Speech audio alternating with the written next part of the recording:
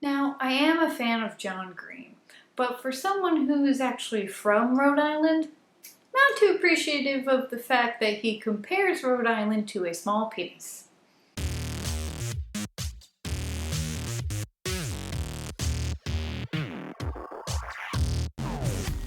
Paper Towns, the new movie based on the novel by John Green. This is the second book of his to be adapted into a movie. The first one was The Fault in Our Stars. That came out last summer, was a pretty big hit, so of course they're going to keep making movies from his books. I've started reading Paper Towns, but I am nowhere close to finishing it, so I went into this movie pretty blind and I didn't really know what to expect. And especially since it's a young adult story, of course set in high school, it could go really either way. But I was very pleasantly surprised by this movie because even though it's, a high school movie and has a lot of the high school stuff in it, it's a lot more than that and twists a lot of the typical stuff you see in these kinds of movies, usually, and presents them in a very different way. Paper Towns is about Quentin, a high school senior about to graduate, has a good group of friends, but has been harboring a crush on the girl next door, Margot. They hung out when they were kids, but lost touch throughout the years. But one night she recruits him for a night of revenge. They have a pretty fun time, but then the next day she disappears. So Quentin decides to go on a mission to find her and brings his friends along, and that is the movie.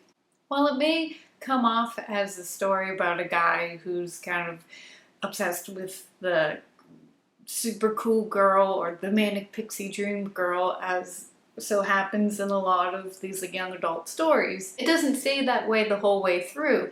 And the thing I really liked about the movie, that it doesn't always focus on Quentin, it focuses also on his group of friends and what they're going through as well. It's a good look at different types of people in high school and shows you more of the deeper side to things and goes kind of past the superficial.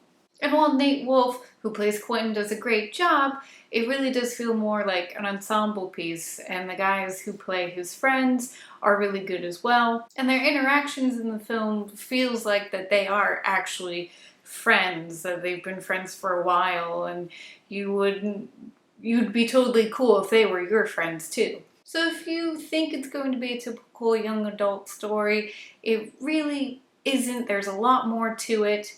It treats teenagers and high schoolers as actual people, and that's what I really like about the movie, and also the book, even though I haven't finished it yet. Movie-wise, I actually like this a lot more than The Fault in Our Stars. I think it mostly had to do with the directing. There's something about Paper Towns that was more real and didn't feel so much like a movie like The Fault in Our Stars did, that felt a little more compacted and presented to you in like a package, while this one felt more free, I guess, if that makes any sense. And this is the first movie that Cara Delevingne is in a starring role, and she does a pretty good job in it. Nothing super mind-blowing, but for someone who's been a model for a while, she certainly has some acting chops. I was really surprised by this movie, really enjoyed it. There were good moments of humor, and it felt like a good high school movie, but also it is a lot more than that. It's dealing with growing up and not wasting the time you have with the people that you have, not taking any of that for granted. It's probably one of the best movies set in high school that I've seen in a long while. So for those reasons, I'm going to give Paper Towns a nice. So have you guys seen it? What did you think about it? Let me know in the comments. I would love to hear from you. And how do you think it compares to the book? And which one is your favorite? Paper Towns or The Fault in Our Stars, movie-wise? Yep, let me know. Okay guys, that's it for me. Hope you're having a great day, and I will see you soon. Toodles!